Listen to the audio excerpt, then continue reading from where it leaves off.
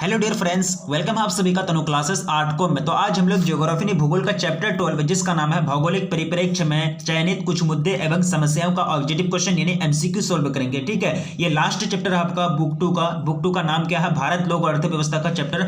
Last chapter 12 का हम लोग क्या करेंगे, ऑब्जेक्टिव क्वेश्चन यानी एमसीक्यू सोल्व करेंगे। ठीक है, इससे पहले हम लोगों ने इसका थ्योरी पढ़ लिया है। जो नहीं पढ़े हैं वो चैनल का प्लेलिस्ट में जाकर के पढ़ सकते हैं, कवर कर सकते हैं। तो इस चैप्टर से रिलेटेड जितने भी इंपॉर्टेंस है ऑब्जेक्टिव क्वेश्चन यानी एमसीक्यू बनते हैं वो सारा ऑब्जेक्टिव क्वेश्चन हम लोग इसी वीडियो में कवर कर लेंगे। कोई भी ऑब्जेक्टिव क्वेश्चन यानी एमसीक्यू हम लोग का नहीं छूटेगा। ठीक है, तो चलिए स्टार्ट करते हैं। सबसे फर्स्ट क्वेश्चन आपका स्क्रीन पर क्वेश्चन क्या पूछ रहा है कि निम्नलिखित रोगों में से कौन सा जलजन्य रोग है, मतलब जल से होने वाला रोग है। ठीक है, 2019 और 2021 का एनुअल एग्जाम में पूछा जा चुका क्वेश्चन है। ऑप्शन आपके सामने दिया गया है, श्वसन संक्रमण या फिर नेत्र श्लेष्मला शोथ रोग या फिर अतिसार या फिर श्वास नली शोथ। ठीक है, तो ये जो राइट आंसर जो हो जाएगा वो हो जाएगा आपका अतिसार। ये जो है जलजन्य रोग है, कहने का मतलब ये कि ये जल प्रदूषण के कारण ये जो है अतिसार रोग, ये जल प्रदूषण के कारण अतिसार रोग मतलब बढ़ जाता है, लोगों में ज्यादा ये बीमारी आने लगती है, अतिसार रोग। ठीक है, तो ये जो है जल प्रदूषण के कारण होता है और ये सब रोग है, श्वसन संक्रमण हो गया, उसके बाद नेत्र श्लेष्मला शोथ हो गया, उसके बाद श्वास नली शोथ हो गया।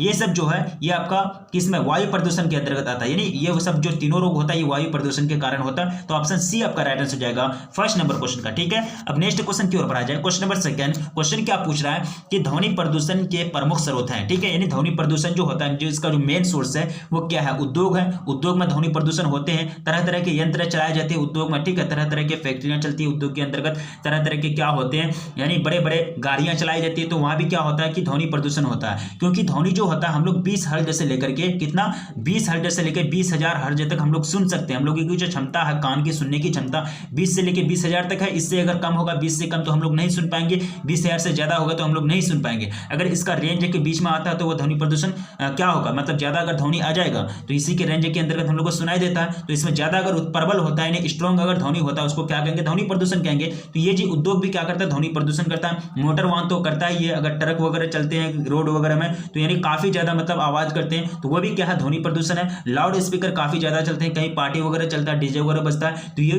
भी क्या है, ध्वनि प्रदूषण का प्रमुख स्रोत है यानी मेन सोर्स है। तो उपरोक्त क्या हो जाएंगे, सभी हो जाएंगे। ऑप्शन डी आपका राइट आंसर हो जाएगा सेकंड नंबर क्वेश्चन का। ठीक है, क्वेश्चन नंबर थर्ड की ओर बढ़ा जाए। क्वेश्चन नंबर थर्ड क्या पूछ रहा है कि सुंदरवन किस राज्य में स्थित है। क्या पूछ रहा है क्वेश्चन कि सुंदरवन जो है वो किस राज्य में स्थित है। 2017 के एनुअल एग्जाम में पूछा जा चुका क्वेश्चन है। गोवा या फिर पश्चिम बंगाल या फिर पंजाब या फिर केरल। तो सुंदरवन के बारे में आप जानते हैं, ये आप 10th क्लास में भी पढ़े हैं। ये आता है पश्चिम बंगाल के अंतर्गत, किसके अंतर्गत, WB यानी वेस्ट बंगाल के अंतर्गत आता है सुंदरवन। ठीक है, यानी आपका ऑप्शन बी राइट आंसर हो जाएगा थर्ड नंबर क्वेश्चन का। अब नेक्स्ट क्वेश्चन की ओर बढ़ा जाए। क्वेश्चन नंबर 4, क्वेश्चन क्या पूछ रहा है कि औद्योगिकरण से कौन सा प्रदूषण होता है। औद्योगिकरण से कौन सा प्रदूषण होता है, जल प्रदूषण, वायु प्रदूषण या फिर ध्वनि प्रदूषण या फिर इनमें से भी। यानी औद्योगिकरण से जल प्रदूषण भी होता है। कैसे, उद्योग में तरह तरह के जल का इस्तेमाल होते हैं, यानी जितने भी जल का इस्तेमाल होते हैं वो जल को फिर बहा दिया जाता है कहाँ, मतलब इसमें एक तरह से गंगा में बहा दिया जाता है। ठीक है, तो औद्योगिकरण से वहां क्या हो गया, जल प्रदूषण भी हो गया। यानी औद्योगिकरण में जितने सारे जल का इस्तेमाल किया गया वो मतलब गंदा हो गया, मतलब दूषित हो गया,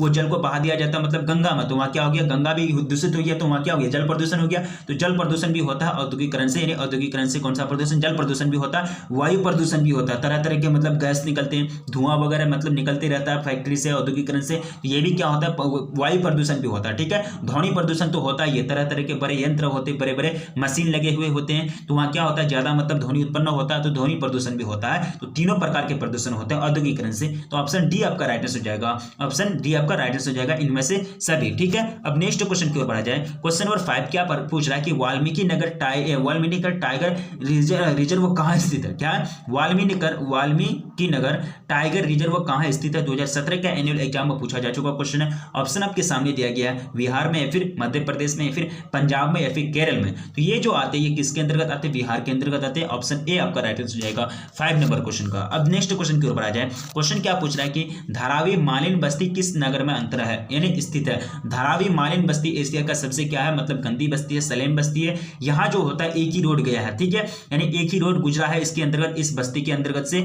और यहाँ क्या होते हैं, बड़े बड़े पैमाने पर क्या होता है, सोने वगैरह का काम किया जाता है, नहीं यानी जो ज्वेलरी से रिलेटेड काम है वो सारे काम किए जाते हैं। और यहाँ क्या होता है कि यहाँ के लोग काम भी करते हैं, यानी आपके लोग जो है अपना व्यवसाय भी करते हैं, लेकिन इतना गंदी बस्ती है, इतना स्लम कहते हैं इसको, यानी सबसे बड़ी अगर गंदी बस्ती है तो ये मलिन बस्ती, जिसको क्या होता है धारावी बोलते हैं। ठीक है, यहाँ जो होता है तिपैया का मतलब एंट्री भी क्या है, मतलब इस तरह से तिपैया का एंट्री भी मतलब अवैध है, यानी तीन पहिया का जो गाड़ी होता है वो भी मतलब घुसना हुआ मना है। ठीक है, कोलकाता में, मुंबई में, फिर दिल्ली में, फिर हैदराबाद में। तो ये कहाँ आते हैं, मुंबई के अंतर्गत आते हैं धारावी मलिन बस्ती। ठीक है, तो ऑप्शन आपका बी राइट आंसर हो जाएगा 6 नंबर क्वेश्चन का। अब नेक्स्ट क्वेश्चन की ओर बढ़ा जाए। क्वेश्चन नंबर 7 क्या पूछ रहा है कि पिछले 40 वर्षों में वनों का अनुपात बढ़ने का निम्न में से कौन सा कारण है। वनों का अनुपात पिछले 40 वर्षों में बढ़ा है, मतलब जो वन को बचाने का आंदोलन चलता था। ठीक है, आप जानते हैं वन आंदोलन की मतलब वन आंदोलन ये एक तरह से वन को मतलब काटने के लिए रोका जाता है यूएनओ की तरफ से, ये मतलब क्या दिया जाता है, मतलब वार्निंग दिया जाता है कि वन को अगर समाप्त किया जाए इसी तरह से करता रहेगा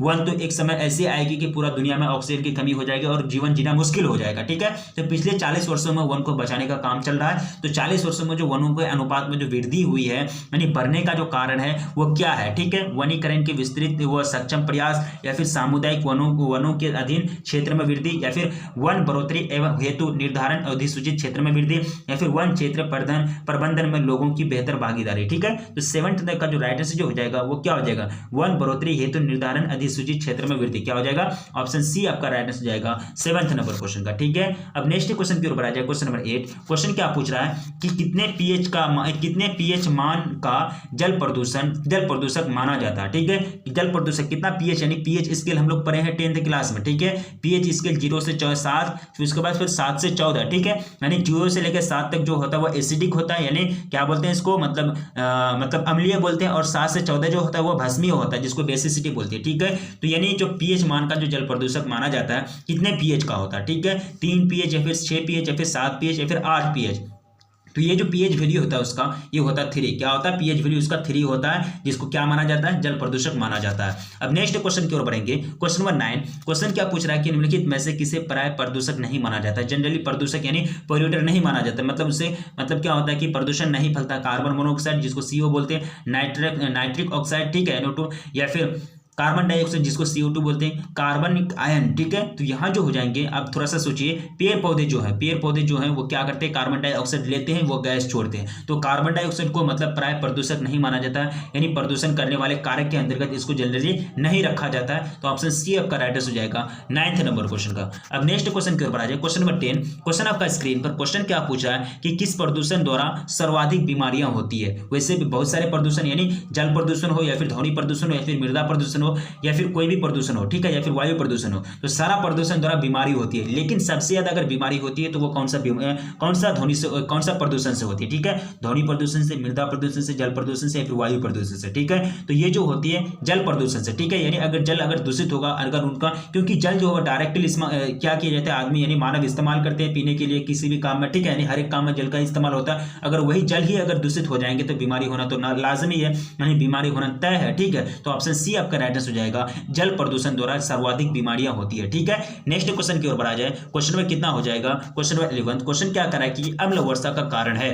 अम्ल वर्षा का कारण देखिए, अम्ल वर्षा कैसे होता है। देखिए ऊपर ये क्या है, बादल है। ठीक है, बादल से पानी मतलब गरजते हैं, पानी नीचे गिरते हैं। ठीक है, ये आपका धरातल है, ये जो है ये धरातल है। ठीक है, तो बीच में जो होते हैं ना जहरीले गैस के कण होते हैं। क्या होते हैं, जहरीले गैस के कण होते हैं। और ये गैस के कण, ये जो गैस के जो कण होते हैं, जहरीले गैस के कण जो होते हैं, ये पानी वहां से निकलता है, यानी बारिश होती है, ऊपर पड़ता है, ये वातावरण में आता है, पानी का बूंद आता है, और ये जहरीले जो गैस हैं, ये जो है जहरीले गैस के कण, ये पानी से मिल जाते हैं और ये नीचे आ जाते हैं। ठीक है, तो इनकी एसिडिटी बढ़ जाती है। क्या होती है, एसिडिटी बढ़ जाती है, मतलब अम्लीयता बढ़ जाती है, इसी को कहते हैं अम्लीय वर्षा। ठीक है, तो ये जो अम्ल वर्षा का जो कारण है वो क्या होगा, जल प्रदूषण होगा, ध्वनि प्रदूषण होगा, वायु प्रदूषण होगा, या फिर भूमि प्रदूषण होगा। तो यहाँ वायु दूषित है ना, यानी गैस जो है, यानी वायु में जहरीले कण घूम रहे हैं, यानी जहरीले कण जो है वो क्या है, वायु में घूम रहे हैं। तो यहाँ पर वायु क्या है, दूषित है, तो अम्ल वर्षा का कारण क्या हो जाएगा, वायु प्रदूषण हो जाएगा। आपका ऑप्शन सी राइट आंसर हो जाएगा 11th नंबर क्वेश्चन का। ठीक है, अब नेक्स्ट क्वेश्चन की ओर बढ़ा जाए। क्वेश्चन नंबर 12 क्वेश्चन क्या पूछ रहा है कि निम्नलिखित रोगों में से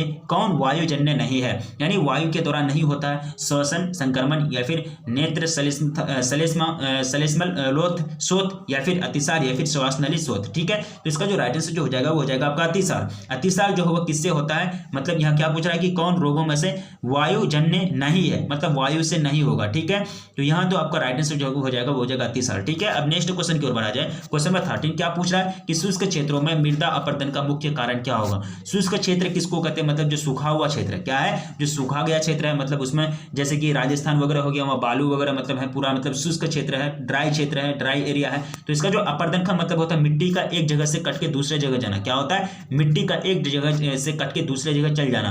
तो शुष्क क्षेत्रों में अपरदन का मुख्य जो कारण है अवनलिका अपरदन या फिर सिल्ट जमाव या फिर वायु अपरदन या फिर इनमें से कोई नहीं। तो ये हो जाएंगे वायु अपरदन। वायु अपरदन यानी वायु इतना तेज चलती है, हवाएं इतना तेज चलती है कि वहां की जो शुष्क क्षेत्र की जो मिट्टियां हैं उसको उड़ा करके दूसरी जगह लेके चल जाती है, दूसरी जगह पूरा लेकर के ढेर कर देती है। ठीक है, तो वायु अपरदन मुख्य कारण है शुष्क क्षेत्रों में अपरदन का। ठीक है, तो ऑप्शन सी आपका राइट आंसर हो जाएगा 13 नंबर क्वेश्चन का। टोटल कितना क्वेश्चन कवर किए, 13 क्वेश्चन कवर किए। चैप्टर आपका शॉर्ट था, ज्यादा थ्योरी नहीं दिया गया चैप्टर के अंतर्गत, जिसके कारण आपका ऑब्जेक्टिव क्वेश्चन भी आपका लिमिटेड में है, ज्यादा ऑब्जेक्टिव क्वेश्चन यानी एमसीक्यू नहीं है। ठीक है, तो सभी क्वेश्चंस को याद रखने की कोशिश कीजिएगा। और लास्ट में आपसे विनती की जाती है आप लोगों का ज्योग्राफी यानी जो आपका बुक 2 भारत लोग और अर्थव्यवस्था का ज्योग्राफी पूरा तरह से कंप्लीटली हो गया। अब थ्योरी को बाय बाय टाटा बोलते हैं। ठीक है, पूरा थ्योरी हम लोग का कंप्लीट हो गया, ज्योग्राफी का कोई भी थ्योरी कोई भी बुक हम लोग का नहीं बचा। ठीक है, तो लास्ट में आपसे विनती की जाती है, आप वीडियो को लाइक नहीं किए तो प्लीज वीडियो को लाइक कर दीजिए। चैनल पर पहली बार विजिट करें तो प्लीज चैनल को सब्सक्राइब कर लीजिए, क्योंकि चैनल पर पूरी तरह से आपको तैयारी कराई जाती है। ठीक है, शाम 7 बजे